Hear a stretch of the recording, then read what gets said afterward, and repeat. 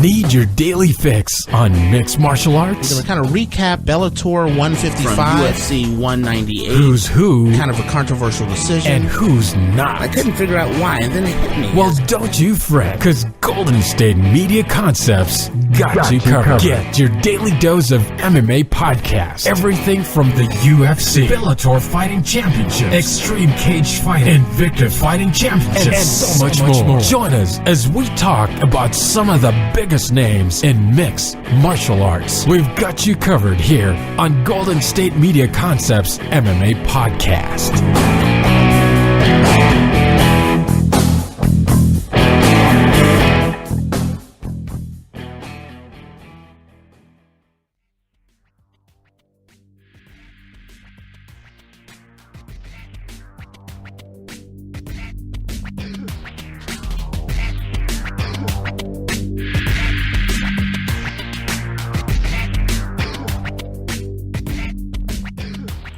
All right, now, thank you for tuning in to the Golden State Media Concepts Mixed Martial Arts Podcast. I'm your host, Tate, and I got my good buddy here, Will, with me. How you doing there, Will? I'm excited. It's almost a new year, and there's a lot of big plans for the coming new year and a lot to talk about. I am polar opposite of excited because of the fact that I, for the last 3 hours, have been doing push-ups. Yes, it took me 3 hours. No, it actually didn't take me 3 hours. It probably took me 2 hours? 2.5? Yeah, 2.5. And we talked a lot, so we were buying some time. So, to fill you guys in, Will and I had a bet. And I took the bet that I thought Holly Holm would beat Cris Cyborg, which, just to let you guys know, if you didn't watch the fight, I don't know why you're even listening to the show, but UFC 219, Cyborg won a unanimous decision over Holly Holm. And we had a bet that if Holly Holm lost, I would have to do 150 push-ups in 3 hours. I ended up doing 155 just to be safe, just in case there was a miscount, something weird happened on the replay. I wanted to make sure I covered my end of the bet, but I just finished it. How did I do, Will? You did pretty good. I was actually very proud of you. I liked that at the end you had to take a little bit of break because that showed that it was the perfect amount for the bet. So I was really enjoying that. It was one of those mental breakdowns. I'm cruising along. I'm doing every so many minutes. I'll knock out 25, then come back, knock out another 25. And it's just, business as usual. I'm doing good. And then I got to that last 25, and I'm going through and I'm doing them. And it was either you or Sarah from the Women's MMA podcast says, you only have 4 more left. And I don't know why hearing the word you have 4 more left was like a mental barrier for me. But I could not do another one. I had to stop 4 short and take a rest. Yeah, you were in the zone. You just pushed him out. He got up to 21, and then we saw a little break at the top, and we're like, oh, you have 4 more. We both said it. And then you just hit that mental wall, and you had to take a break. But you did 10 more after that, so... Yes, perfect. and I did the extra 10 just in case. I just wanted to make sure it was more for myself, but just in case there was any question that any of the push-ups were not legit, I wanted to make sure I did a solid, true 150. So I did 155, 160 push-ups just to make sure. Just in case, so our audience know I won't cheat them. Yeah, you're a man of your word. You're a man of principle. When we make bets, we follow up and pay out whatever needs to be paid out, and you definitely did so. And it was definitely not going to be any of this double or nothing stuff. No. I'm like, I lost, and I hate losing, just to let everyone know. I do not like losing. But my thing is, if you beat me, and I don't lose a lot, but if you beat me, you have beat me, and I must pay my debt.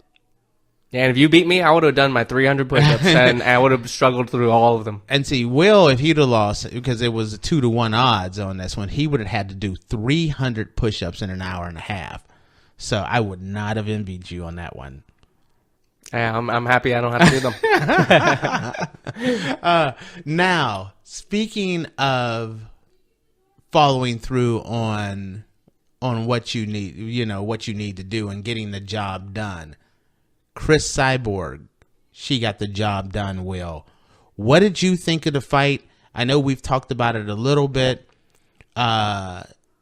It's quite a fascinating topic because, I mean, she really did handle business. You want to go first on, what did you think of the fight, first off? First off, I want to say that was the most elite fight that I've ever seen out of a women's title fight, let alone any fight in general. It was as high level as we were going to get, and I was on edge the entire time. I was like, ooh, either way, if one of these fighters lands, they can end the other night. And when you talk about elite, I mean, the corners, I thought both corners were giving really good advice. Both fighters came in with a really solid game plan. This Cyborg did not take Holly for granted, and Holly sure as heck didn't take Cyborg for granted. Yeah, and it was, while it may not have been a closer fight than I thought it was going to be, I was very surprised by both of them. They both showed aspects that I haven't seen before in their previous fights, because the other fighter was able to challenge them to a point where they had to draw it and take something within themselves and show it in the fight. Now, this is the fascinating thing about this. I think everyone, well, almost, I'm not going to say everyone, almost everyone agrees that Cyborg won. It's just there's a huge discrepancy on how they think Cyborg won.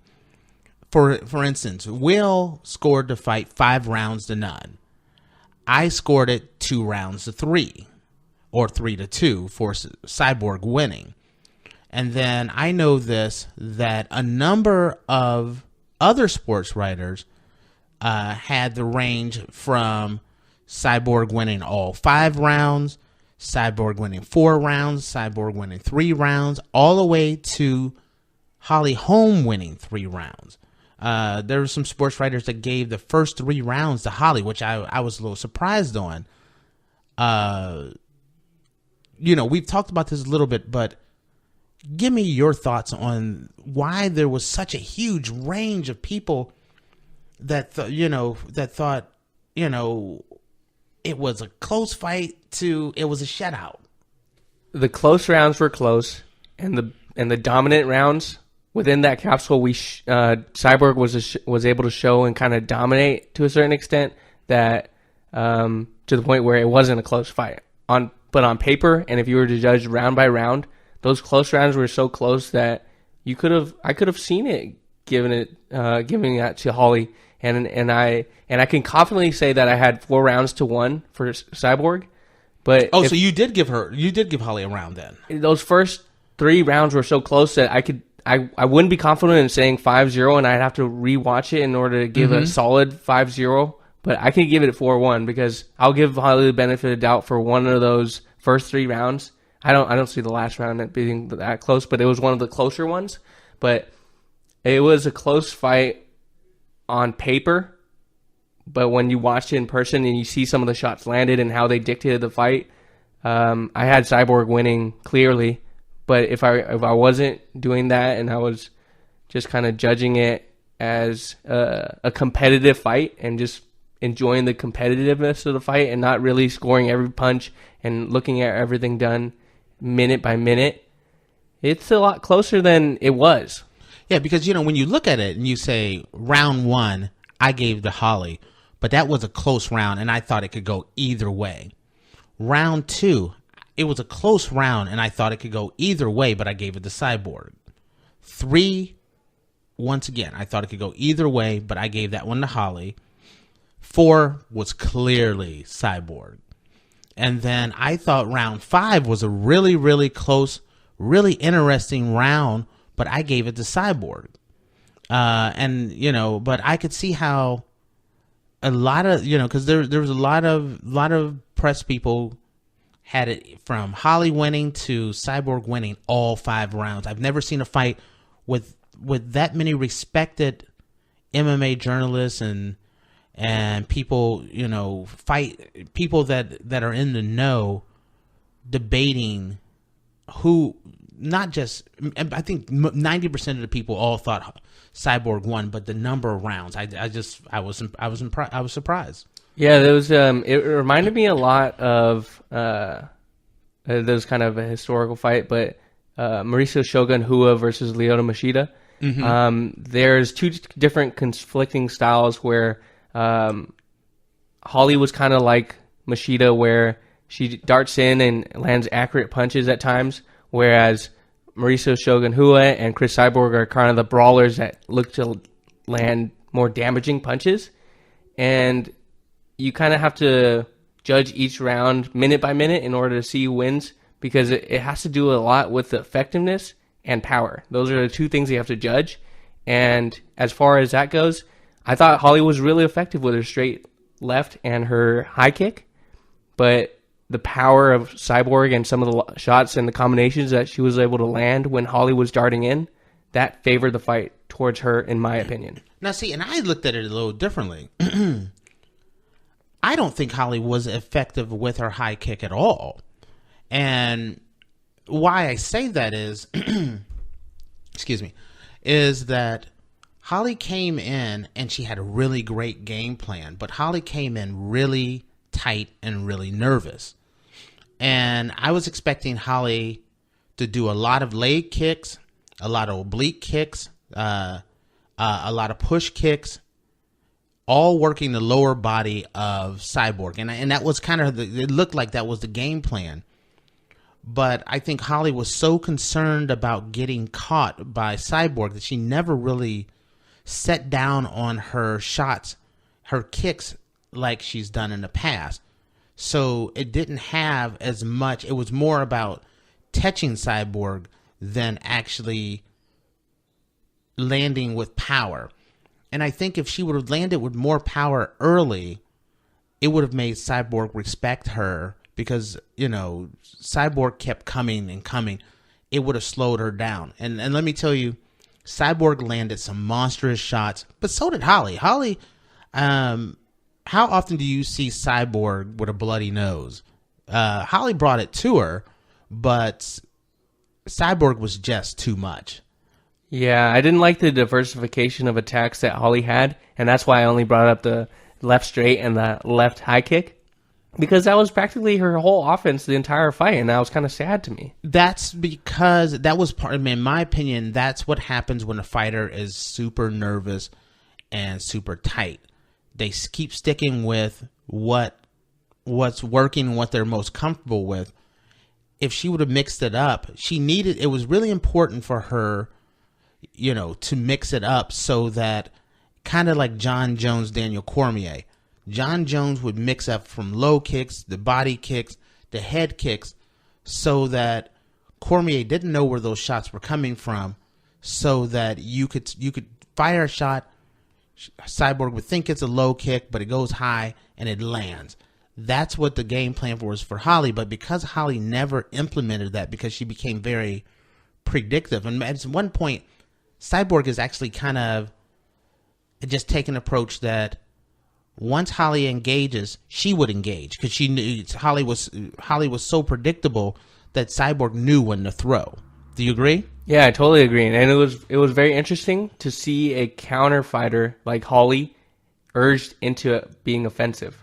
Yes, because much so. That was smart on Cyborg's plan. She pressured her to the point where she would be in her face, but she wouldn't throw any punches, but she would always be a constant threat for punishment. And that got Holly thinking way too much about throwing some leg kicks and all those different things that could have diversified her attacks.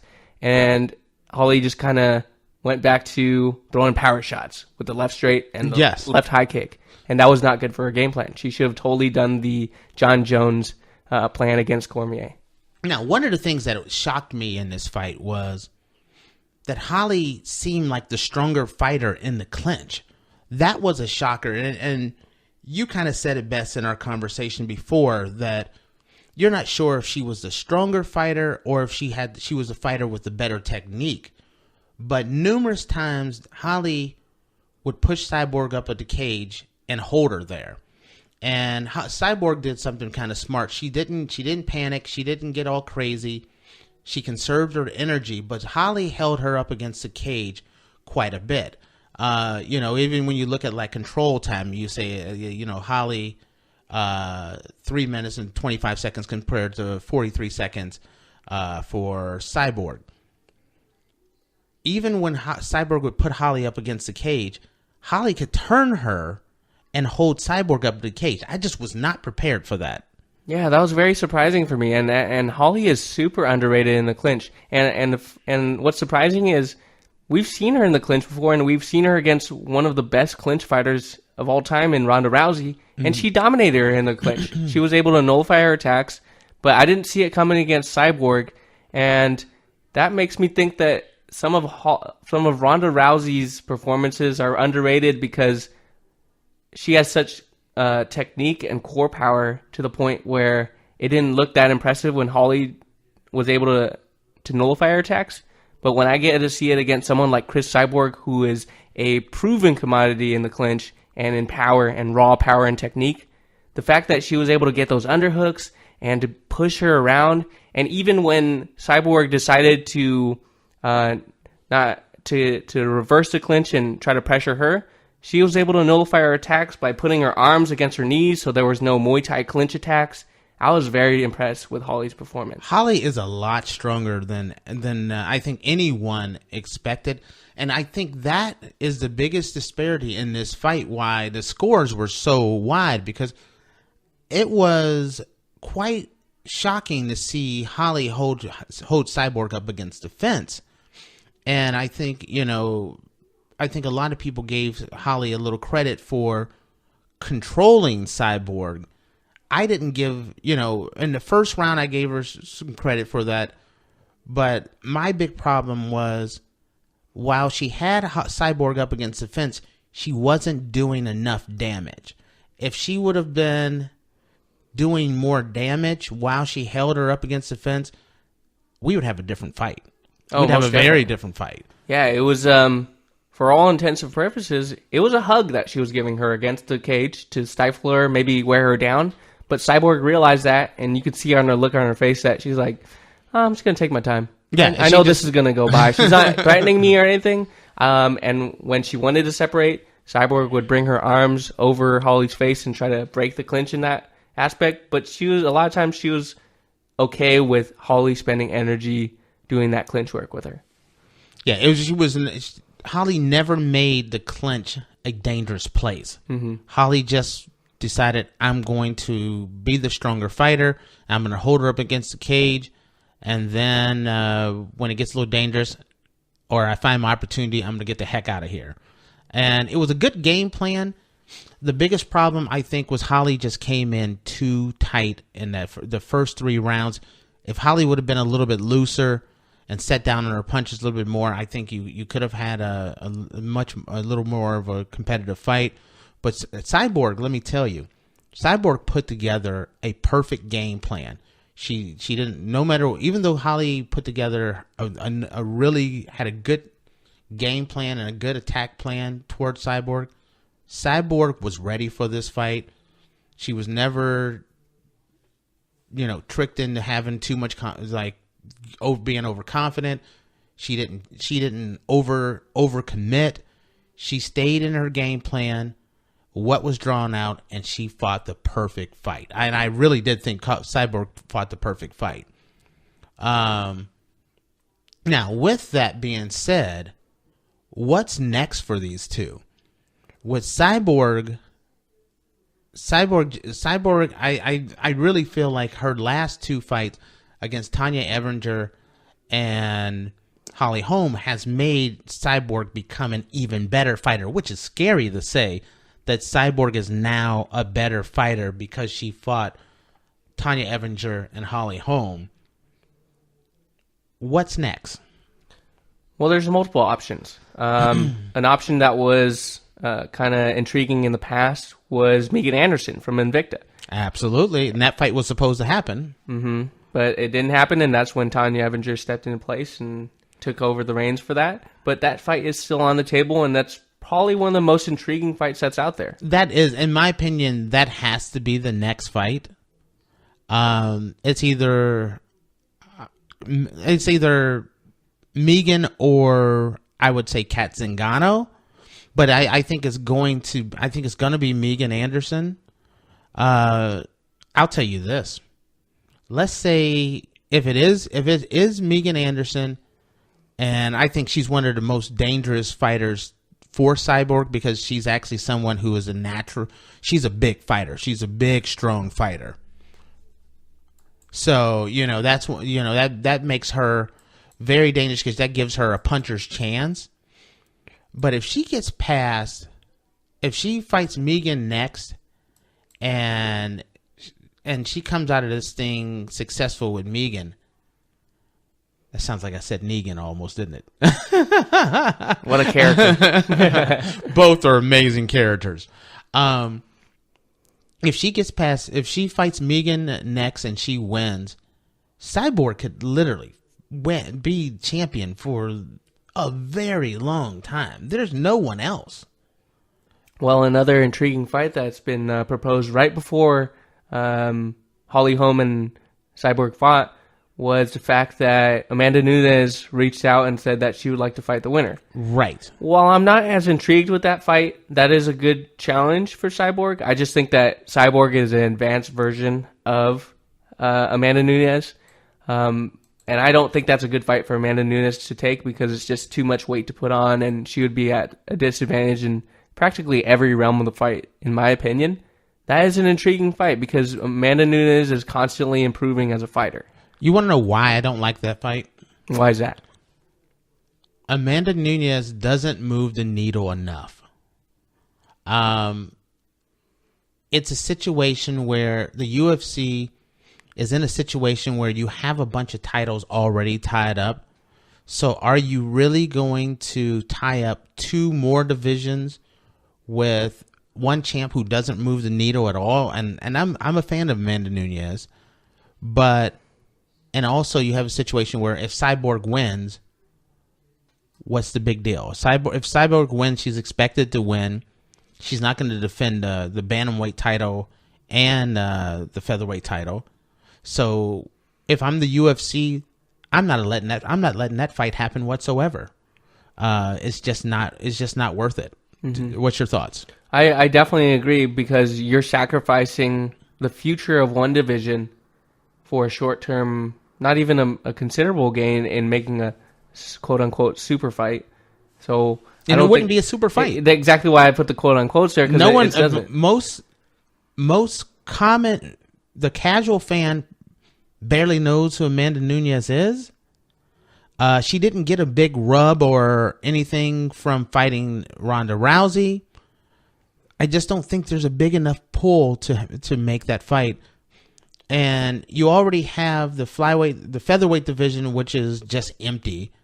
And then you have Cyborg beat Amanda Nunes and tie that division up. The women's division would just be a big stall. I just wouldn't even allow it. I wouldn't even consider it. I'd say absolutely not. I just wouldn't allow it. Yeah, and another thing is that, like you mentioned, that division is so empty. Literally, the only other fighter that I can truly think of that would be any sort of challenge to Cyborg was the former champion, Jermaine Durandamy, who has expressed that she doesn't want to fight Cyborg at all. Okay, let's say Jermaine Durandamy changes her mind and she wants to fight Cyborg now. I don't want to see it. I don't want to see that fight either. And the reason why I don't want to see it is because she was the flyweight champion and she gave the title up to just not fight Cyborg. Featherweight champion. Featherweight, yes. Sorry. I you know how those two are easy to switch. But a champion that would vacate her title so that she didn't have to fight Cyborg doesn't deserve to fight Cyborg, let alone give her. So you can't reward her by giving her a title shot. Under no circumstances would I give that fight an opportunity as well. So if I'm Dana White, I've just ruled out Amanda Nunes, and I just ruled out Jermaine Duranamy. Holly Holm has just fought. I don't think a rematch is in play.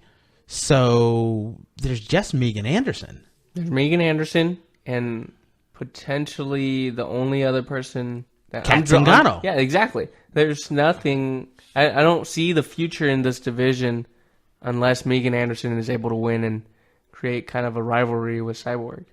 And I think with the UFC, this is the division that they needed an Ultimate Fighter house for, is to put a bunch of featherweights in there, and the winner gets a shot at Cyborg. But then no one's going to want to move in that house to fight Cyborg, to get annihilated by Cyborg. Yeah, it's just such an empty division at this point. There's not a lot of talent flowing into it. Cyborg's huge, and the people that occupy the 145 featherweight division, they're huge. Megan Anderson's huge. It's tough to be able to scout that talent, I think, and the only places that you can really scout talent with that is in a league like Rizin, where Japanese MMA standards aren't at the same level as UFC standards. And we're going to talk about Rizin tonight as well. Before we go on break, what's next for Holly? And one of the things, this is one of those cases where the record does not reflect the fighter. But do you realize that Holly has lost 4 out of her last 5? Yeah, and they've always been at high. The only gimme fight that she had was the Besh Correa fight. Yeah, because you look, she loses the title to Miesha Tate. Valentina Shevchenko she loses to. Then she loses to Jermaine Duranamy. Then she gets pretty much a glorified tune-up fight. I love Besh Correa, but that was not a matchup. And then she gets Cyborg. That looks really bad, but when you look at, that's the who's who. That's a murderous row of women right there. Yeah. And if you go back one more, you go Ronda Rousey, Miesha Tate, Valentina Shevchenko, Besh Correa, Cris Cyborg. Some of the greatest fighters of all time. So, even though she's lost 4 out of 5 or 4 out of 6, I mean, she gets a pass because she has been fighting. I can't name another active fighter on the roster who has had a tougher route. I still wouldn't give her a tune-up fight. I'd give her a high-level opponent, someone like a Kat Zingano, and if Kat Zingano is able to win her next fight, I would give her that fight. Then you would be kind of killing a contender right there. Yeah, so there's no way I'm doing that fight. I would because you need a fight. You put Megan Anderson in there, and then you immediately let Kat Zingano wait next. Or you do vice versa. You put Kat Zingano in there, and then Megan Anderson. But if you have Kat Zingano fight anyone else, it's just chewing up a division that's already dead.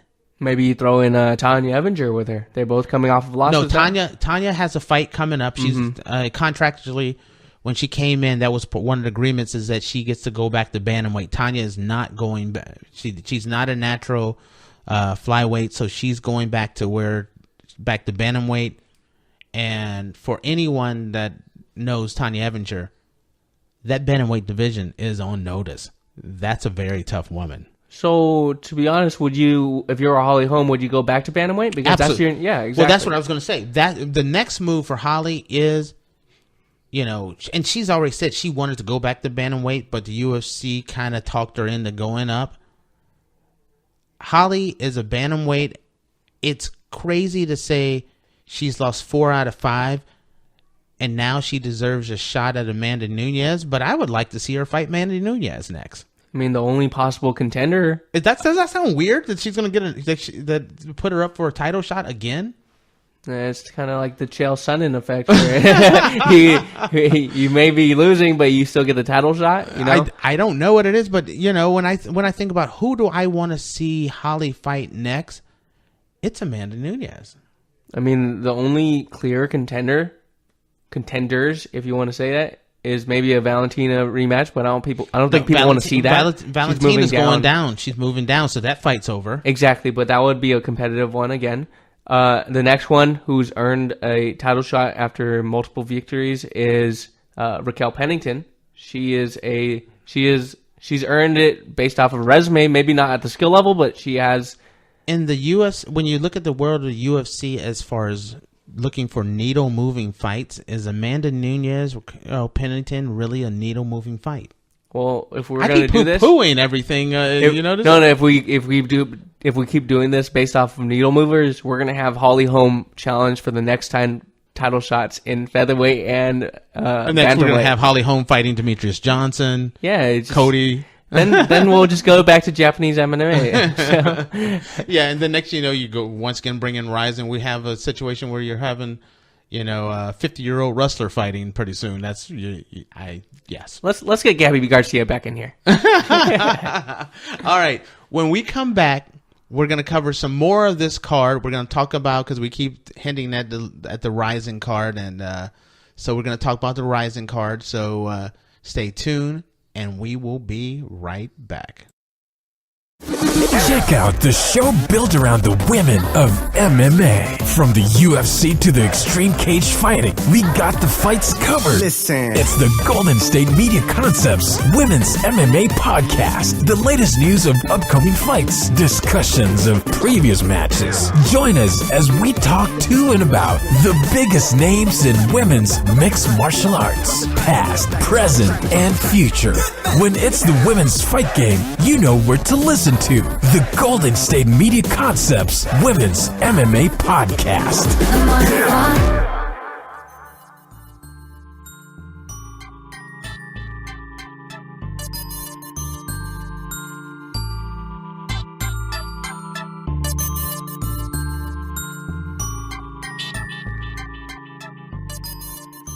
All right, we're back.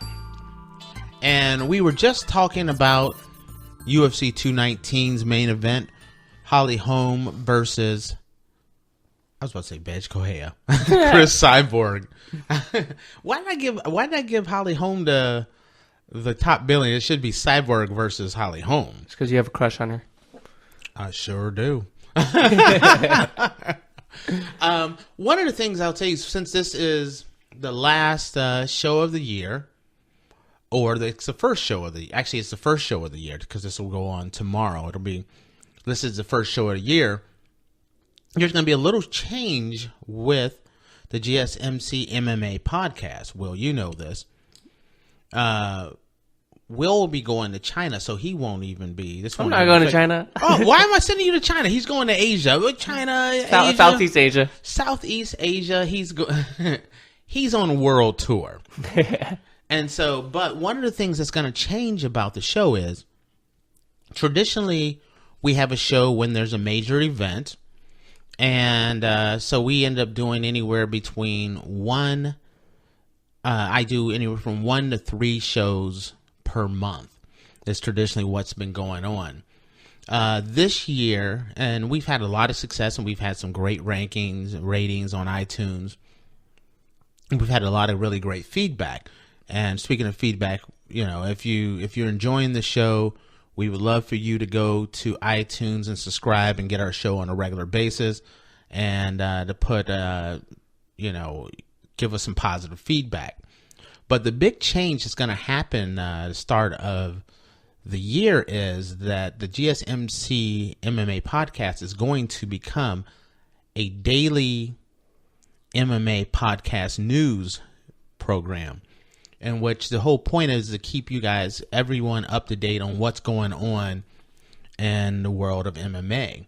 So we're going to cover pretty much the main organizations, a lot of UFC news, some Bellator news, some Invicta, one championship. I still want to call it one FC, but it's one championship, and then Rizin as well. Rizin keeps coming up in our conversation. Are you noticing this? Yeah, they be Rizin. And Rizin. So we're going to start making the show a daily show Monday through Friday. and it'll be Monday through Friday. It'll come on at I believe it's 7 Eastern time, 7 a.m. Eastern time every morning. So you'll be able to get this show and stay on top of everything going on in the mixed martial arts world. So if a new fight is scheduled, you'll know about it right away. Any updates about, let's say, with Conor McGregor or Floyd Mayweather, GSP, you'll get all the updates on what's going on in the world of mixed martial arts. You have one spot that you can go to get all the latest MMA news and get my takes as well. And then from time to time, Will's as well, because he won't be here every day. But when he gets done gallivanting around the world and he comes back, we'll be able to have him on a lot more as well.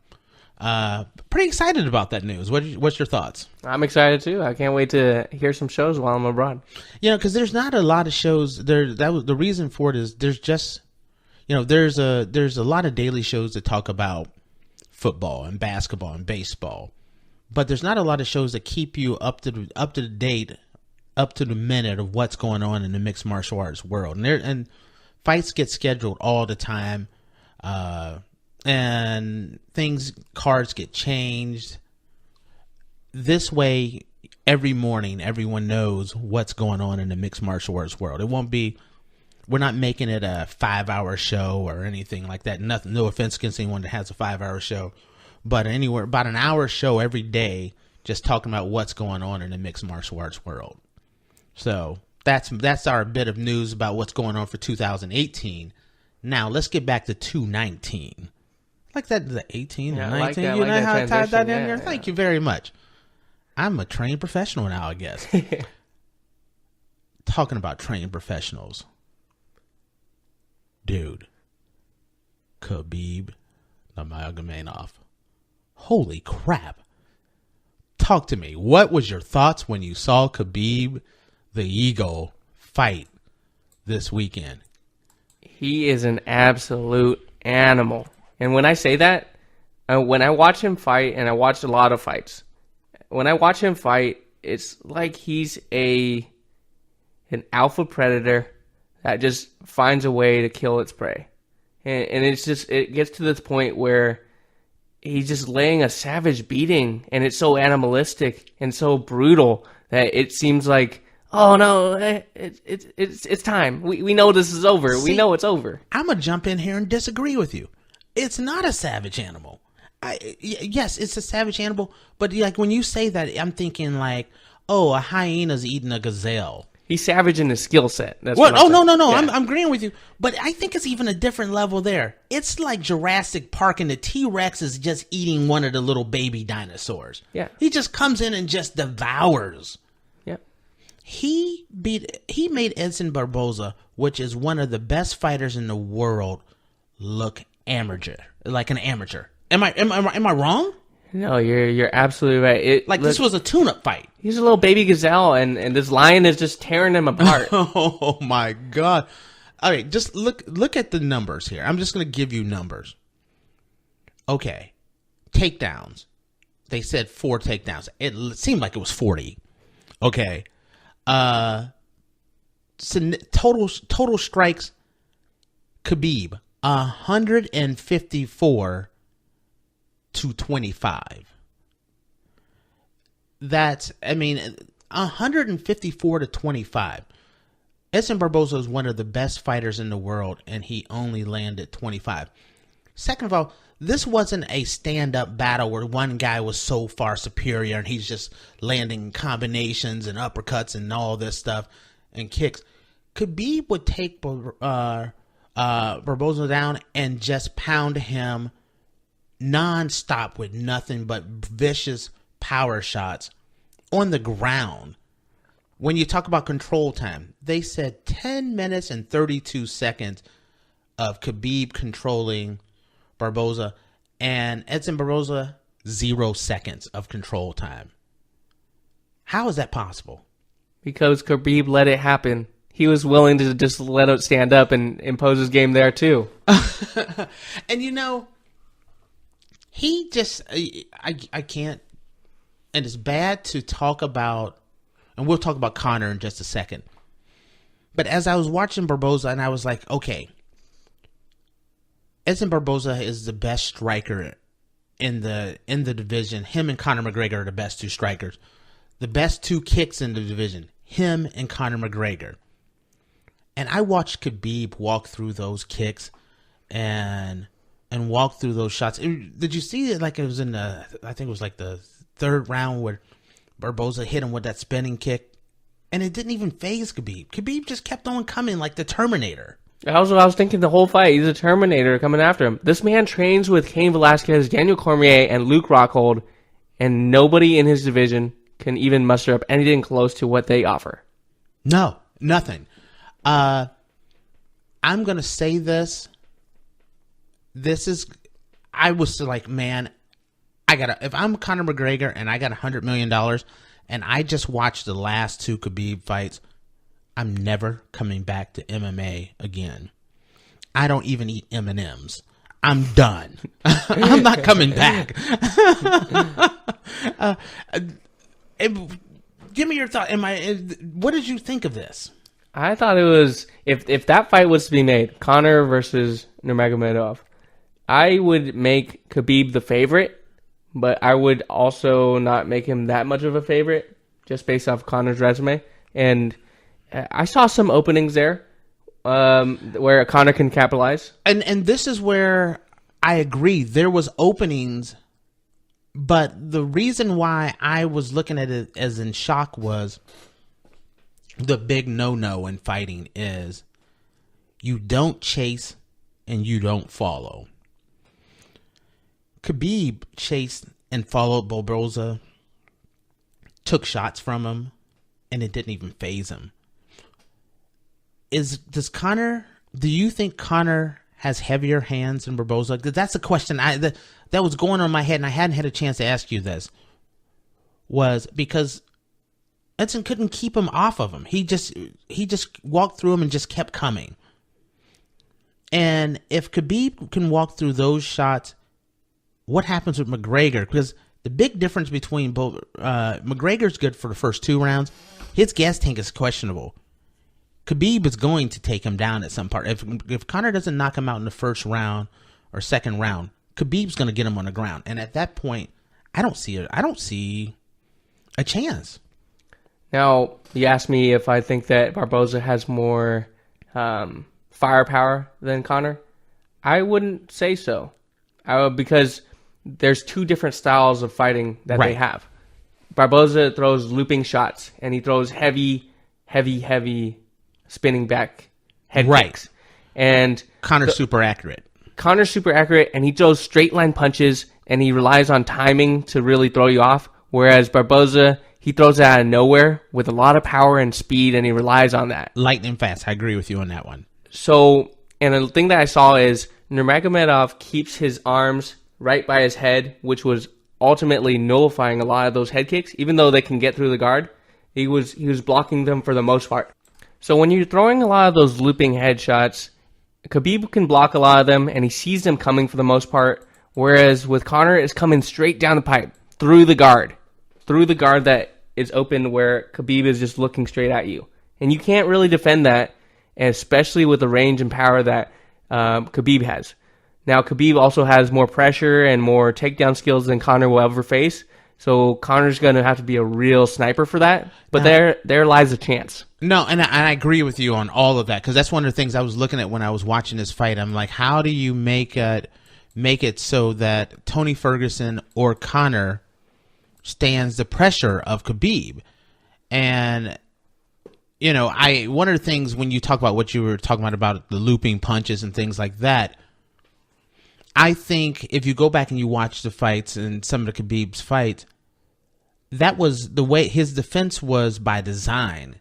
He knew that Barboza loves to throw those looping outside round shots. So he kept his guard that way by design. When he gets in there and also he's working with Rockhold and Cormier and all those guys. When it gets time to fighting Conor McGregor or Tony Ferguson, they'll have a totally different game plan. So I still don't, I think they would already have that prepared in. I don't know. Do you agree with that part? I don't see Khabib being able to change his default mode of that defense, because every fight that I've seen him in, he uses that defense to get in close with you and make you engage, and then he takes you down and he mauls you. I tell you what, though, he better be careful. The one thing he put on it's, I don't mean to sound rude, but an animalistic attack on Barboza. But you can't keep chasing a fighter like that. As for Bricio and how it turned out when he was fighting in Stipe Miocic, you can't chase a fighter like he did with reckless abandon without one day paying the piper. And that's where I say that Ferguson and McGregor has a shot. But when you look at what he did, he walked right through those shots. Barboza caught him with a spinning kick and another shot that I thought was going to slow Khabib down, and it didn't. Khabib just kept coming. Yeah, I that's a tough thing for me, because I know that every chin has a point where they can be broken. Every chin has a point, and you don't know the point of it. But if you leave yourself open for it, you're giving the fighter another chance. You always got that puncher's chance, but it's even better than that, because you're always letting it happen. I have a smile on my face when you're talking about that. The reason why I have a smile on my face is the fact that you can tell Khabib has never lost in his life. Nope. Because he has no fear. Zero fear. Zero. It doesn't matter what you throw at me. I don't care. No, I'm bulletproof. No one has ever proven that they can knock me out. So I'm going to keep on coming. It might be difficult for him to swallow if he meets somebody that can actually hurt him. Yeah. And that's tough to say who can hurt him when he's taking bombs from all three of his AKA striking partners. Yeah, no, I agree. And then apparently Rockhold and him train together quite a bit. Rockhold's a very sharp fighter. Man, when your training partner is Luke Rockhold, forget about everyone else. Luke Rockhold could be world champion very soon. Former world champion, one of the best fighters pound for pound in the world, and he's bigger than you. So you get to train with one of the biggest, strongest guys in the UFC on a daily basis, and you've never lost. It makes you so dangerous. And from what I've heard, they're actually highly competitive training sessions. Yes, that's what Daniel Cormier was saying, that they're very competitive. So when you have fighters that are 2, 3, 4 weight classes heavier than you, and you're making them super competitive, who is going to beat you in your division? It's hard to see. Now, I don't like. That's why I'm saying Conor. I love Conor. Some of the new stuff that Conor's been doing has been kind of crazy. I want to see him either give the title up or fight. But if I'm Conor, when you get that kind of money, the desire, the thing that made Conor great is Conor had the desire to fight and make money, and he was hungry. But when you got a big old belly full of food, the hunt is not that strong anymore. I wonder, that's my question, is that hunt in him still strong? I think he has some unfinished business in the octagon. I think all these words that people are saying to him, how he's not a fighter anymore, how he can't stand a chance against the real champions and whatnot, I think that's going to get to him ultimately. And I think that's what's bringing him back. Fighters cannot... Conor has proven that you can't underestimate him. And we've been spending a lot of time talking about Conor and Khabib. What about Ferguson and Khabib? Well, first of all, if Conor was to make the choice of coming back, then Khabib would have to take a back seat, because Conor versus Tony would have to happen. Yes, that would have to. Yes, I agree. If I was Khabib, I would probably wait, but I don't think he wants to, and I don't see anybody in the division beating him, but I wouldn't also want to take on that risk, because you have a guaranteed title shot facing the winner of those two, if that was to happen. Now, back to your point of Khabib versus Tony. Mm-hmm.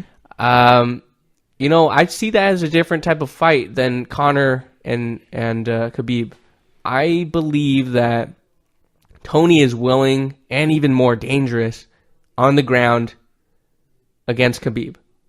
Woo, really?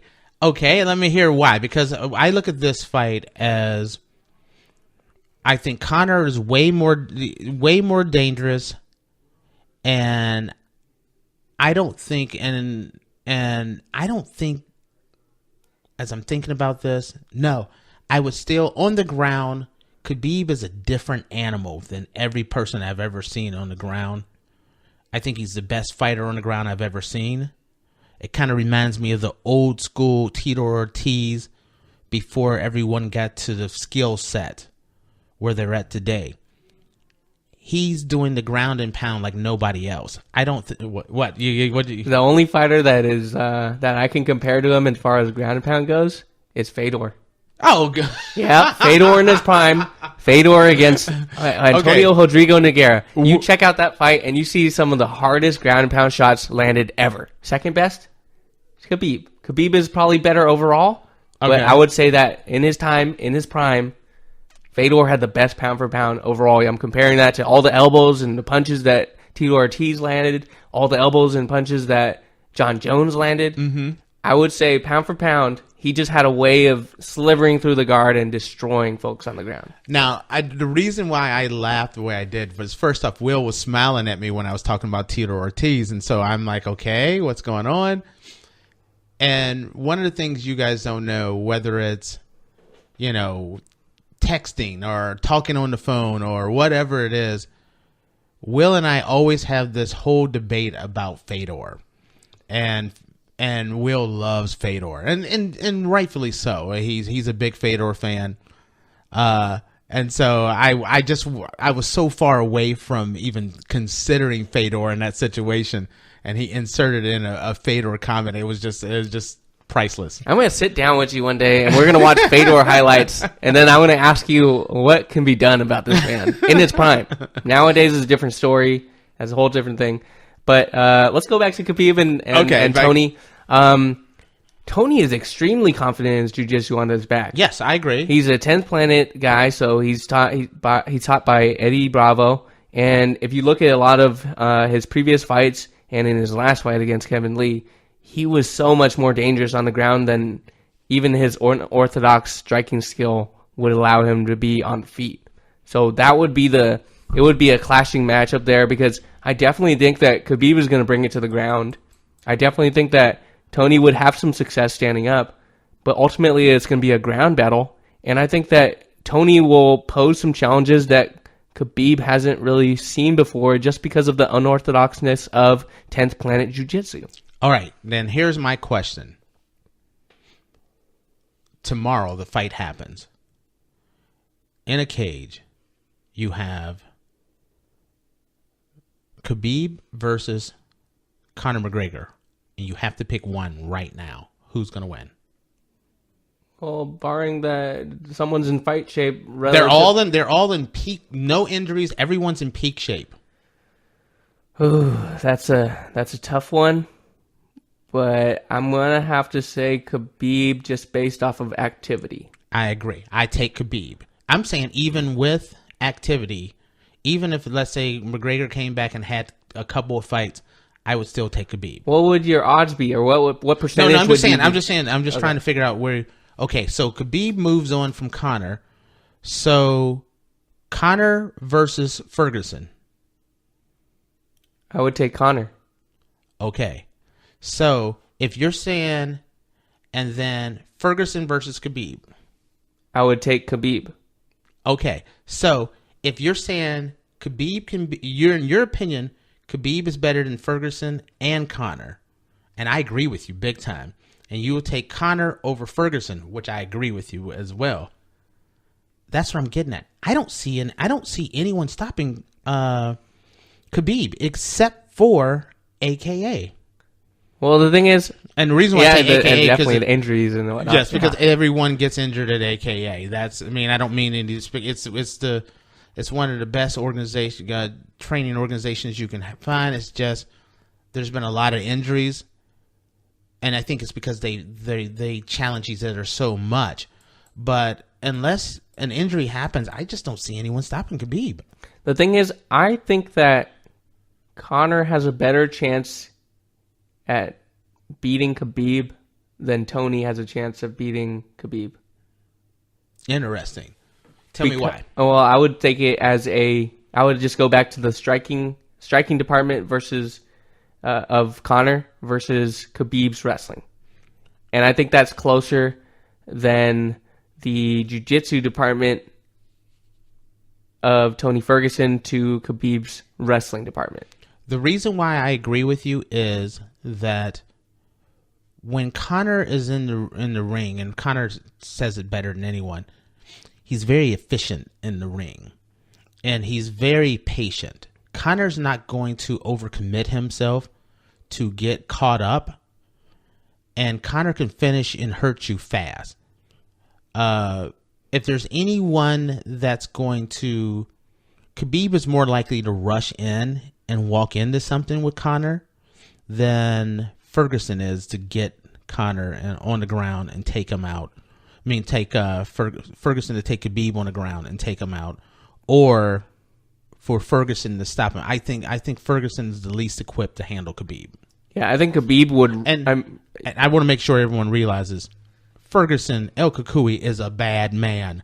We're talking about truly the elite of the elite. So we're not bad-mouthing Ferguson whatsoever. Ferguson's just a bad man.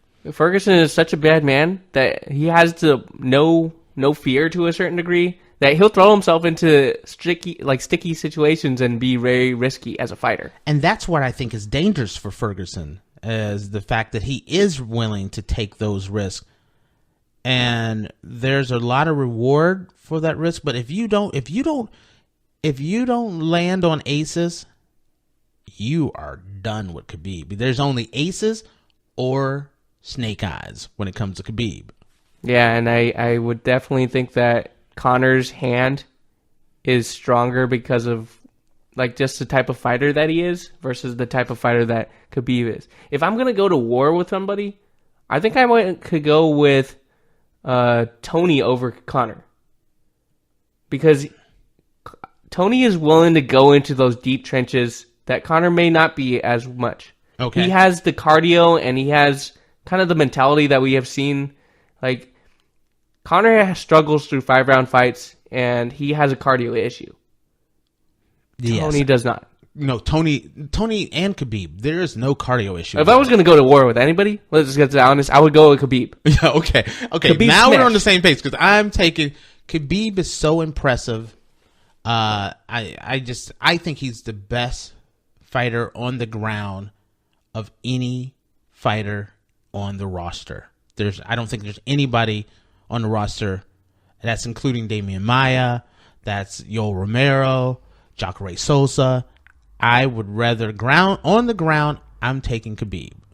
I gotta go with you on that opinion too. Khabib smash. Khabib smash.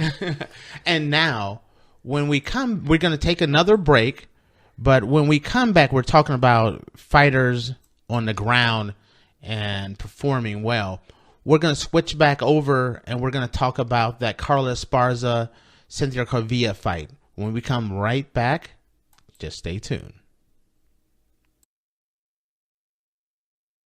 This is your ultimate stop for everything sports. The Golden State Media Concepts Sports Podcast. Should I say more? From the NFL, MLB, the NBA to MMA, it's all in here. The Golden State Media Concepts Sports Podcast. Listen now.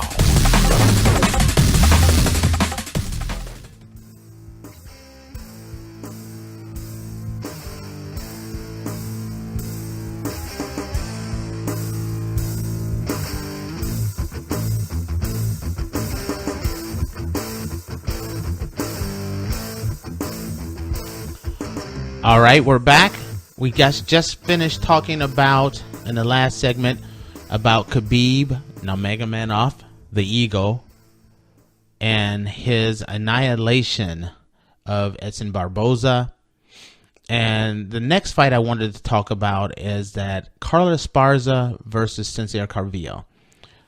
And Carla Esparza won the fight.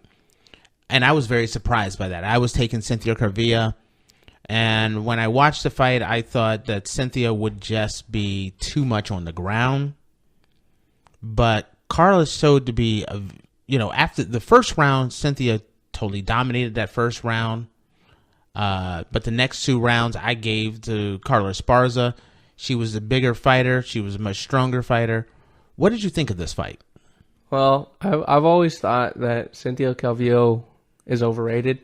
Oh, wow. Because I think she's so underrated, but go ahead. I think that she's serviceable in all aspects of her game. She's a better wrestler than most women are in the division, but she doesn't impose that much of a risk as far as damage goes, and she's not a finisher in my opinion. And see, I look at it, I'm the total opposite. I think she's the real deal on the ground. I think like Uriah have ever said, she's a potential champion.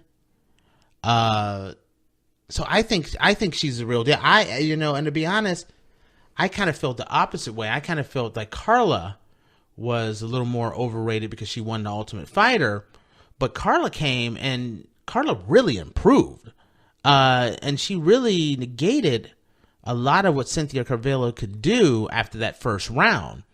But I'm definitely very surprised that you say she was overrated. Well, don't get me wrong. Carla Esparza is also overrated. Oh wow, you're just throwing bombs today, aren't you? Yeah, I don't think that either of these fighters is at the top of the division as far as contender goes. They do not pose a threat to Rose Namajunas or Joanna Jędrzejczyk, and I would even say that Karolina Kowalkiewicz destroys both of them too. And I look at it I do not look at it that way. I look at it as, when you think about Carla Esparza, she's already fought Rose, and she submitted Rose. Then when you look at, look at Cynthia Calvillo, every time she fights, she's getting better and better, and she's getting stronger and stronger. She's you know what though? I'm a little surprised. I was thinking that she was a lot younger. She's actually 30, so she's a little older than I thought she was. I had her like more about 25, but so I was a little off on her age. But each time I see her, she's steadily improving. The only thing I was kind of thinking is they've been moving her along a little faster than I would have liked. I wanted to see her kind of slow down a little bit before putting her into a title situation. But when you look at this, and with Carla Esparza winning, and with the fact that she submitted Rose, I kind of look at it as, if Rose it's Joanna Jędrzejczyk versus Rose in the rematch, and then the very next fight, I think puts Carla Esparza right back in the title picture. You don't agree on that? I don't, because you have Jessica Andrade in the waiting. Yeah, you do have Jessica Andrade, but you also have a situation where Jessica Andrade has actually had a title shot, and she lost. Not against Rose, though. But not against Rose. And she also just destroyed Claudia Gadelha. That is true, and I think Claudia Gadelha is one of the top 2 or 3 fighters in this division. It's a whole little thing called cardio is what's killing Claudia Gadelha. But with the fact that she was the former champion and she won her title by beating Rose and stopping Rose, I think that puts Carla Esparza ahead of the line before both of those guys. I can see how you do it in terms of rankings and history. I'm just saying, as far as, you also have to take the new UFC, and I hate putting the little air quotes up, but the new UFC, you have a great storyline. Rose Namajunas, Thug Rose versus former flyweight champion. Former bantamweight champion. Not even bantamweight. It was. It was bantamweight. Yes, bantamweight. Are they bantamweight? I mean strawweight. Sorry. Former strawweight. I misspoke. Former strawweight champion Carla Esparza. The last time they fought, and they show her stopping Rose.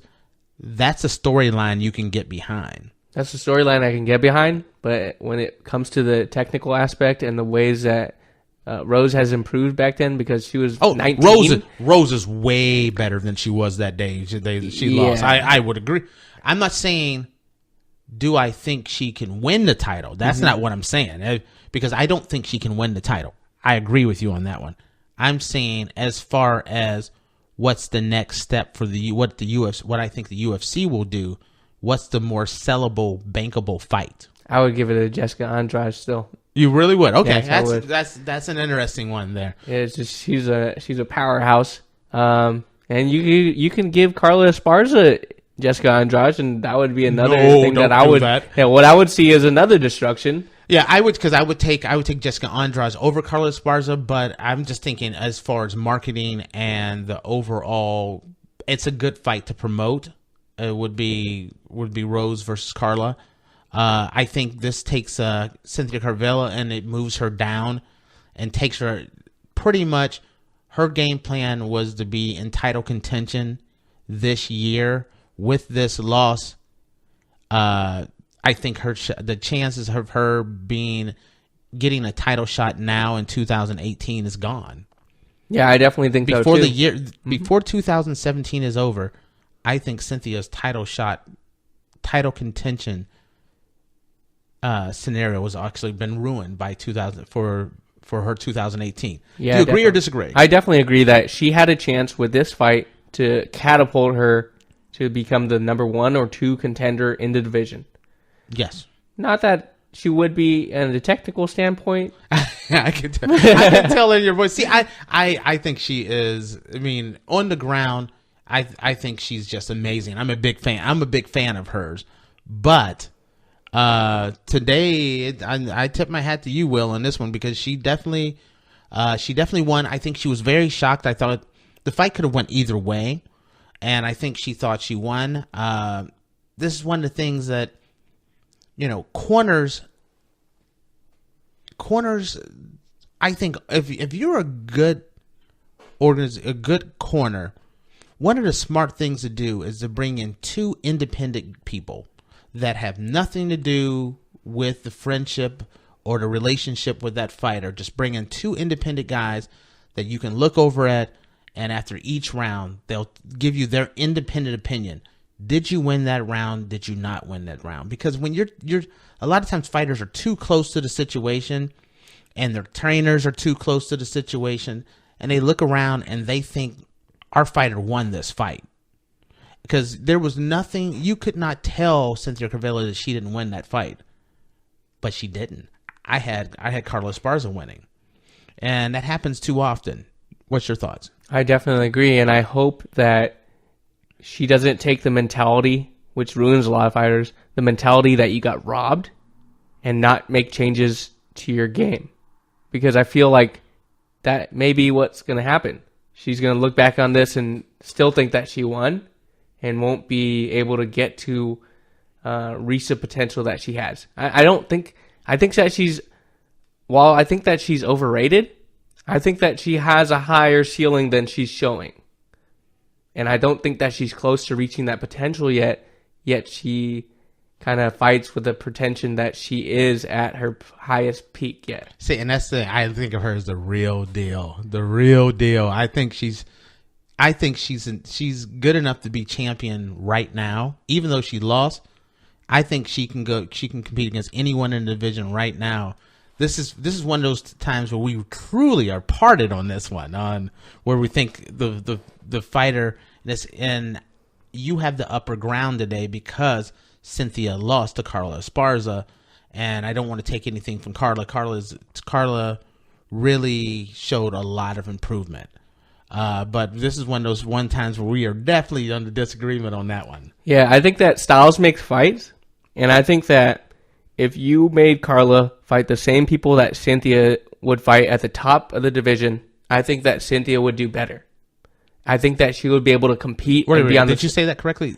I would say if you were to look at them, even though Carla won this fight, if you make them fight 10 other fighters, not each other, if you make them fight 10 other fighters, I think Cynthia is going to win more and be more competitive with the other 10. Okay, I agree with you on that. But just because you're competitive, like I guess Barboza was competitive with Nurmagomedov. But I don't No, think he wasn't. I don't think that's competition. That's what I'm saying. That's also what I'm saying. That is not a fair comparison at all. I think that Jessica Andrade, Rose Namajunas, and Joanna Jędrzejczyk would destroy Cynthia Calvillo just like Khabib destroyed Barboza. And then I think that she'd be very competitive with all of them. So do you give Carla Esparza any shot? And first of all, do you think that she will get that title shot? And if she did, how do you think she would do against Rose? I think that she would do better against Rose than she would against Joanna Jędrzejczyk and Claudia Gadelha and Jessica Andrade. It's one of those situations. I agree with you on that because it's one of those situations where styles make fights, and I think Carla's style matches up a lot better with Rose than a lot of other fighters do. Mm-hmm. And so it would be an intriguing fight that I would love to see. So I agree that it's one of the best fights that she could have, and it's for the title. So it's a good place to go. If you want to build up Rose and you want to give her a chance to redeem herself from her previous loss, and you want to build up her resume, give her Carla Esparza. That's what I think. We're going to end this right on that agreement.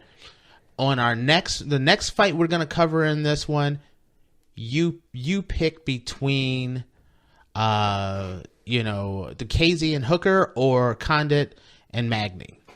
And we can look at both of them in a vacuum, but the only thing I really want to say about the Condit Magny fight is that it's time for Condit. It's time for him to retire. It doesn't seem like he has that desire that made him be the natural born killer anymore. He wasn't going for the kill anymore, even though he was obviously losing the fight. And that's all I have to say about that fight. Wait, let me jump in there real quick on that one. I thought this was a prime example again of, number one, a corner that wasn't quite. I don't know if they were quite truthful enough with him to put a true sense of urgency that, listen, if this fight in the third round, if this fight ends at the bell, if the bell sounds and you have not knocked Magny out, you have lost. You must knock him out to win or you're done. And I don't know if that was really relayed clearly enough, because Carlos did not seem like, if I kind of felt like Carlos felt like, I need to win this round, not knock him out. I felt like that was the thing that was going on with Carlos, that he felt like he needed to do enough to win the fight, win the round. If he wins the round, he wins the fight. Not, I have to knock him out or I got no shot. That's one of the things that I thought was a kind of a disservice kind of vibe I got. And I know they told him they wanted a big round out of him, that he needed this round, but I think they should have made it very clear. KO or nothing. Second thing is, I looked at it. I didn't get the vibe that Carlos Condit should retire. I got the vibe that you have a situation where you have a fighter who has his feet and his hands in a couple of different cookie jars, and he's doing a lot of different things, and he hasn't fought in 16 months, and there was a lot of ring rust there. That's kind of what I got. I thought, if Carlos Condit came back, and I think what this fight was for, to see if he still had the fire in his belly. But I think from what I saw, if Carlos Condit was to apply himself and make that his main focus, I think he's still there. It's not that I don't think the game is past him. I just think he needs to change his focus. Agree or disagree? You look like you're disagreeing with me big time on this one. Tate, I said I didn't have anything else to say. Now I have two more things to say. Because he's looking at me. He's mean mugging me over here. Like, are you making me say more than I wanted to say on this fight? So I'm a huge Carlos Condit fan. I know you are. That's the thing. I pay attention to his career. I pay attention to what he's done. And the sad thing about this fight is that I would view this fight just like his early fight with Rory McDonald. Back in the day, they fought. Rory McDonald was handling him for 2 rounds. He goes back to his corner for the last and third round. Greg Jackson, who was in his corner this time too, urged him, you got to knock him out. You got to finish this fight. And what does Condit do? Vintage Condit goes out and knocks him out with a minute left to go. Exactly. And wins the fight. Now, Vintage Condit never needed anyone to tell him to do that. But it did help that the corner did that. And you also have this mentality as a fighter to be able to do that. And nobody needed to tell Condit that back in the day. Especially, I've been following him since his WEC days and his early UFC days. Mm-hmm. Now, the next thing I want to say is that Condit himself has questioned his ability to be a fighter anymore. If you go back to the Demian Maia fight where he got taken down and he got punched in the head, and he started questioning everything. He was actually dazed from that punch from Demian Maia, and he said in interviews, "Do I even want to do this anymore? Like, that was a hard punch. I don't know if I have it in me anymore to take that type of punishment." And what he's been doing in the last year or so is trying to find different avenues to be able to support his family, whether that was real estate, whether that was nitrogen coffee, whether that was another venture as a movement coach. I've been paying attention to him, and he wants an out, but he can't afford to take a loss with a paycheck or the consistent income that fighting provides him because he's been doing it for his entire life. He has a family to support. He has a kid that he needs to support. He has a wife that he needs to support. And when you take that all into a vacuum, I don't think that he truly wants to be in this fight anymore. I watched his lead up to the cage. I watched him and I compared it to all the different times that I've seen him in the cage. He does not have that hunger, and he has lost that inherent fighting spirit that made him a great fighter in his prime. It does make you, that's one of the things that even, when I was looking, with one of the questions that I had was, does Carlos really want to go back into fighting 100%? Because you can't halfway do it at the level that Carlos is at. And he has to, I believe he has 2 different careers outside of the UFC. And I think it pulls him a lot of different directions. But I don't know how well they're doing, because I was surprised that Carlos came back for this fight in general. And with this being a loss, I think if you look back, if he watches this fight, he'll see that, you know what, if I applied myself and put a little bit more effort in this, I should have won this fight. Does that give him the fire in the belly to say, I'm going for it, or this is it? And that's up to Carlos to decide. As a huge fan, I wouldn't want to see him in the cage again. And just to express how dire his money situation is, or I don't know if it's dire, but I wouldn't see the Vintage Condit take an opportunity to get a sponsored music deal. If you listen to his entrance, that song was actually somebody paid to be a sponsor to play that song, and it was horrible. I didn't know about that at all. That one slipped right by me. I didn't know about this at all. I don't know what type of music that was, but it was absolute garbage, and it wasn't the normal entrance song that Condit takes, and he literally got paid to play that. And when you're getting paid to do something and change a routine, or kind of compromising your yourself as a businessman and the way that you conduct yourself, I think it's time to take a look and go all into something else. All right, and that's gonna be the final take on that one. When we come back, we're gonna take a quick break, and then we're gonna finish strong with 2 things. We're gonna talk about the Hooker Diakiese fight, because we ended up a little bit longer with this Carlos Condit situation, and then we're gonna talk about Rizin FF8 and Rizin FF9. We'll be right back.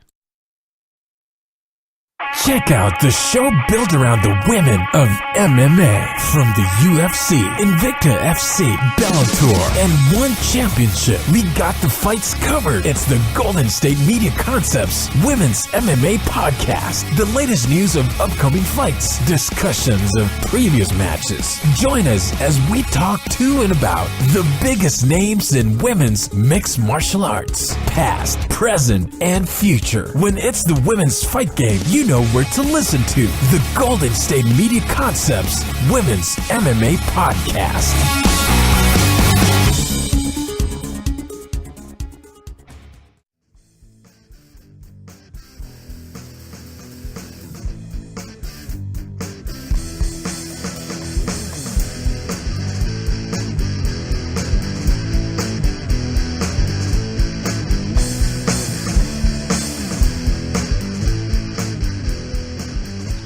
All right, we're back, and last segment, Will just shocked the crap out of me because he said that Cynthia Calvillo was overrated, which then shocked me. Then he also said Carla Esparza was overrated, which then shocked me. And then he also said that Carlos Condit should retire, which then shocked me. So, Will is in rare form today. I feel very strongly about all of those opinions. And I just feel shocked. And speaking of feeling shocked, Diakiese versus Hooker. Marc Diakiese was a little shocked. What did you think about the Dan Hooker versus Marc Diakiese fight? I thought it was a specialist striker meeting a well-rounded opponent. And when I say specialist striker, Marc Diakiese has shown that he has the ability to stop anybody, but he's fallen in love with his own game and a similar fighter. With the show. With the show, Yes. and throwing singular strikes. A fighter that he exactly reminds me of is Uriah Hall. He has the ability to beat anybody on a given night. He has the talent there, but he falls in love with watching what he just did. That's kind of funny because I said... when I was watching this, I'm like, he's starting to remind me of Anthony Showtime Pettis. Yep. You know, where he's kind of fallen in love, and Dan Hooker stopped him in the third round at 4 minutes and 18 seconds with a power guillotine, and I kind of felt like Diakiese was really starting to come on strong when he got caught. Dan Hooker's just a really well-rounded fighter. He's a solid fighter, and it was one of those things where you had a guy who had power, speed, and athleticism versus the technical skill, and technical skill won out. And when I look at Diakiese is a very talented guy who could be one of the big stars in the UFC, but I feel like he needs to go back and overhaul his game a little bit.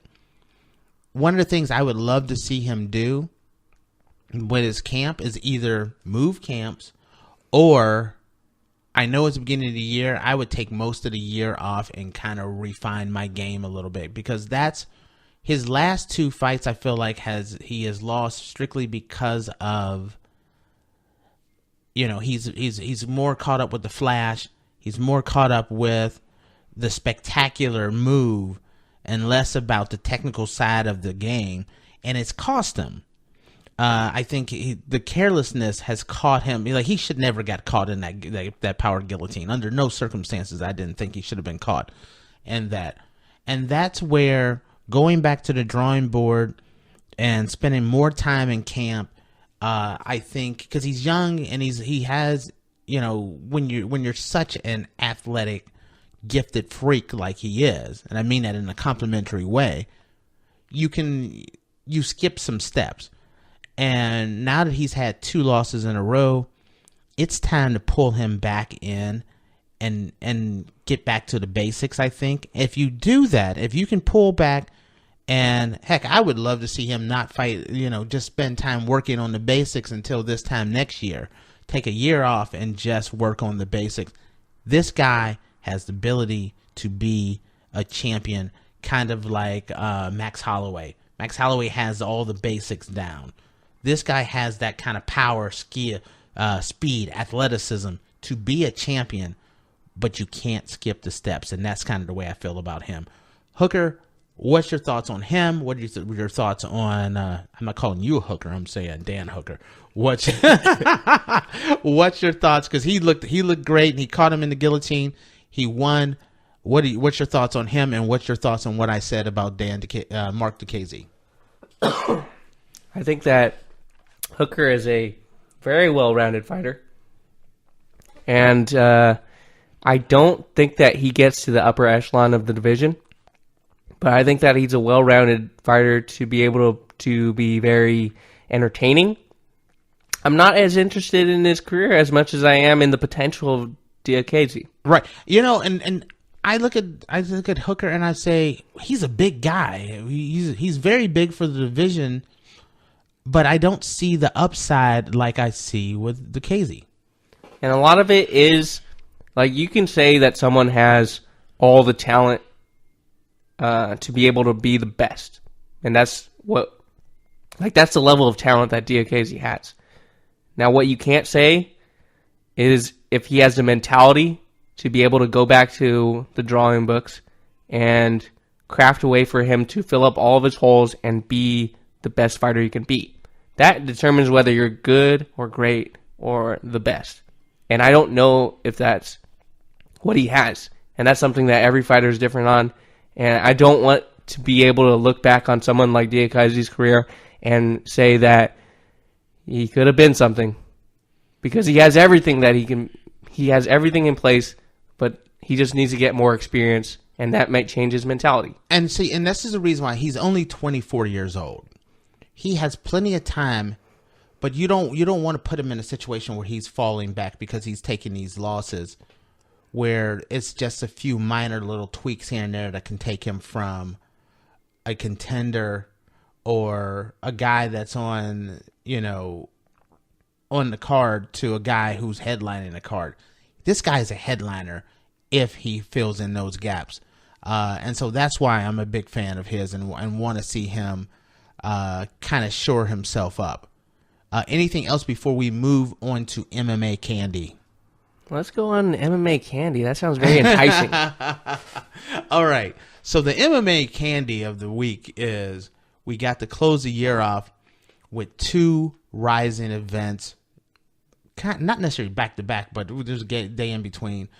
Rizin FF 8 and Rizin FF 9. And this, when you think about Rizin and you think about, the old days, who'd Rizin, the old owners of Rizin, what's the organization again? Yakuza? No. Sakihabara. Sakihabara, the previous owner and director of sorts of Pride. Yes. I was trying to get to Pride. It brings back the old Pride days. And they didn't disappoint here. You had controversy in the ring and out of the ring. The first situation is you had Gabby Garcia, and the big thing was she was going to be fighting a 50-year-old wrestler. And Gabby, if you don't know who Gabby Garcia is, she is the biggest. And when I mean biggest, I mean in size and muscle. She's a big, strong woman. And she was supposed to fight, and she goes in the weigh-in, and she's 27 pounds overweight. Yeah, 26, 27. So she wasn't 1 or 2 pounds overweight. She was 27 pounds overweight, which was a big controversy, and the fight didn't go off. And she had a tearful apology and everything. How the heck do you end up 27 pounds overweight? I mean, that's just unprofessional. I don't even know. I mean, you get an injury. That's the only thing that I can think of. And it's not even you get an injury or a double with cheese. Yeah, you fight Cris Cyborg and you train with Cris Cyborg. You might want to get both of those. Wow. I mean, I was so stunned at how overweight. I mean, she's not, and she's a very muscular, very fit woman. So she's not, I don't mean as in like she's overweight, as in like not fit, but she's a very, very strong, muscular woman. But this fight should not have even happened if she was going to be that far overweight. Yeah, and the funny thing is that the fight was arranged at a catch weight for Gabby Garcia at 209 pounds. Right. That's, you know what? That's a great point that I left out, is that the catch weight was 209. And let's be straight. Only one person is going to be close to 209, and that was Gabby Garcia. The other grandma or lady or older, whatever you want to call her, was not even close to that weight. Not even close. Wasn't there like a 70-pound weight difference here? I don't even know, but that's what I love about Pride sometimes. I mean, Rizin. Pride Junior. Yeah. It just gives me good flashbacks of some of the crazy fights that they put on. And then we went with more craziness that kind of went on at Rizin, where we had the weigh-in, where one of my favorite nicknames, former UFC fighter, Uncle Creepy, Ian McCall, which I do love the name Uncle Creepy. And Ian McCall's had so much bad luck. Just bad luck on top of bad luck with a side order of bad luck. And so he's no longer in the UFC. He's over at Rizin, and he gets into it with his opponent during the weigh-in, in which they almost go to blows. Matter of fact, there was a shot thrown, wasn't there? I think Manel Cape, if that's how you pronounce his name, slapped him in the back of the head, and then Ian McCall retaliated with a pretty fast punch slap. And I was very surprised to see how fast it was, but they're fighters, so it was very entertaining to see that. And then we get to the fight. And so the fight starts, and I'm looking forward to seeing Ian McCall, and I'm happy to see him back in the ring. They get in the corner. Ian McCall kind of lunges at him. His face goes kind of between the ropes, and it slides across the ropes. Ian McCall stands back up, and his forehead is slit wide open, and he's bleeding like crazy. The referee stops the fight. The fight has been stopped because Ian McCall was cut by the ropes. The ropes slit his forehead open, and they had to stop the fight. So I've never seen a fighter get cut by the ropes before, but that happened. So more bad luck for Ian McCall, and so he ended up losing the fight. And it was sad because he was one of the favorites to make the finals. Yes. And clarify when you talk about the finals and everything, so that everyone knows. So they created a flyweight tournament to determine who was the best of the flyweights in the Rizin organization. And there was about 3 fights on each side of the tournament to be able to make the finals. And on one side you had Kyoji Horiguchi. If you guys remember him, he fought for the UFC title against Demetrius Johnson. Was able to put on a good performance until he lost in the 5th round by armbar, and he was a free agent after that fight. And he eventually went to Rizin, where they would pay him a lot more money, and he would be back home in Japan. He was eventually able to knock out all of his opponents, and he would later go on to choke out the person, Manel Cape, that Ian McCall lost to. He would knock out 2 more individuals, and he would become the champion, which he was already of the organization. And then there was another tournament that went on as well. There was they had the Rizin FF, the Rizin atomweight title, and you had who I thought was going to win it. It was Reina. How do you spell her last name? Kubota. And I thought she was favored to win the whole thing. She was looking good, and she was upset by, give me a name there, Kana Asakura, a wrestling standout. I could not get the names are challenging with Rizin, but that was a really good one. Other fights that went on. You also had Cindy Damdois, who actually fought on the Rizin card, and she won a split decision. Did you watch the Cindy Danbois fight at all? I generally don't watch Cindy Danbois fights. You are in rare form. Cindy Danbois, she won a unanimous decision. Former Invicta FC veteran. She's best known for fighting Megan Anderson and beating Megan Anderson when Megan Anderson first came to the States to fight in Invicta. She had one fight at the UFC before she was let go. And it's kind of funny. One of the things about Cindy Danbois, not only did she win, but even this morning they were having, Megan Anderson and her were having kind of a Twitter battle this morning, where Cindy was saying that Cyborg should fight the best 145 fighter should fight the best 155 fighter, and she kind of implied, she's already beaten Megan, and Megan got on and talked about how, you fought me almost 3 years ago when it was one of my first fights in the United States in Invicta, and she wanted to have the rematch, and Cindy didn't want to have that rematch. And now that Cindy's out of the UFC, Cindy's desperately trying to get a fight to get back into the UFC. So there was the little Twitter bad blood that was going on there. But Cindy had her fight and she won. And then the last fight I wanted to talk about is Marco Krokov, which has been, legendary Hall of Fame fighter. He fought and he had a spectacular fight, a spectacular KO, and he won his fight. Anything you wanted to add here before we wrap things up? Well, another fight that I was really a fan of is Tenshin Nishikawa. He's an amazing kickboxer. I think he's fought over 100 fights in kickboxing, and I believe he's won most of them. He's undefeated in MMA and kickboxing, and he's just an absolutely amazing fighter that knocks out opponents within the first minute, and he has these showy techniques, but he's also pinpoint accurate with them. We're talking about flying knees, spinning back kicks, and things along those lines.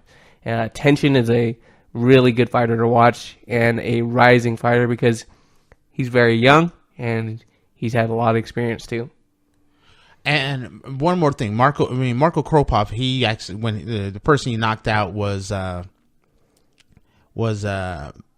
Who did he beat again? Shoot, I forget his name now. He technically beat Fedor. No. This fight at Rizin, who did he fight again? Tsuyoshi? Yes. Kosaka? Okay, yes, and he knocked him out in the first round. Yeah. And then Krokov, he hurt Fedor, which is Will's favorite fighter on the planet. Well, Kosaka was the first person to beat Fedor, if I believe, because he beat him by cut. They would later rematch, and Fedor destroyed him. Just absolute destruction. So, all right. So this concludes our show. We just wanted to talk a little bit about that Rizin, just because of the fact that, Rizin makes you think about all the good old Pride days. Once again, just a reminder that the GSMC podcast, MMA podcast, is going to be changing its format and going from where we were just covering the major pay-per-view events where we were coming in and doing anywhere from 1 to 3 shows a month, to now we're going to be more of a daily show where we're talking about everything that's going on in the UFC, fight announcements, or just making it more of a MMA news program where you're up to date on everything that's going on in the mixed martial arts world. And once again, we also ask, if you enjoy the show, please go to Apple iTunes and subscribe to the show, because we will be doing this on a daily basis. And if you're enjoying it, please also put in comments, nice comments, because it really does help us out. With that, this concludes our show.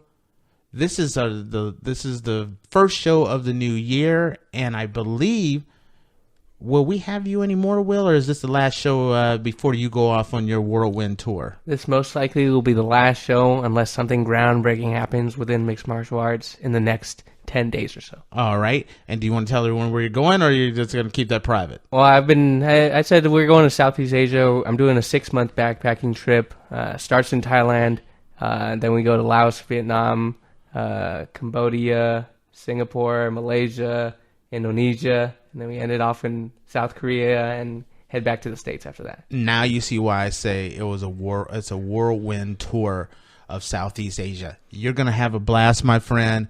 Look forward to having you when you come back. And if there's something come in before you leave, we'd love to have you.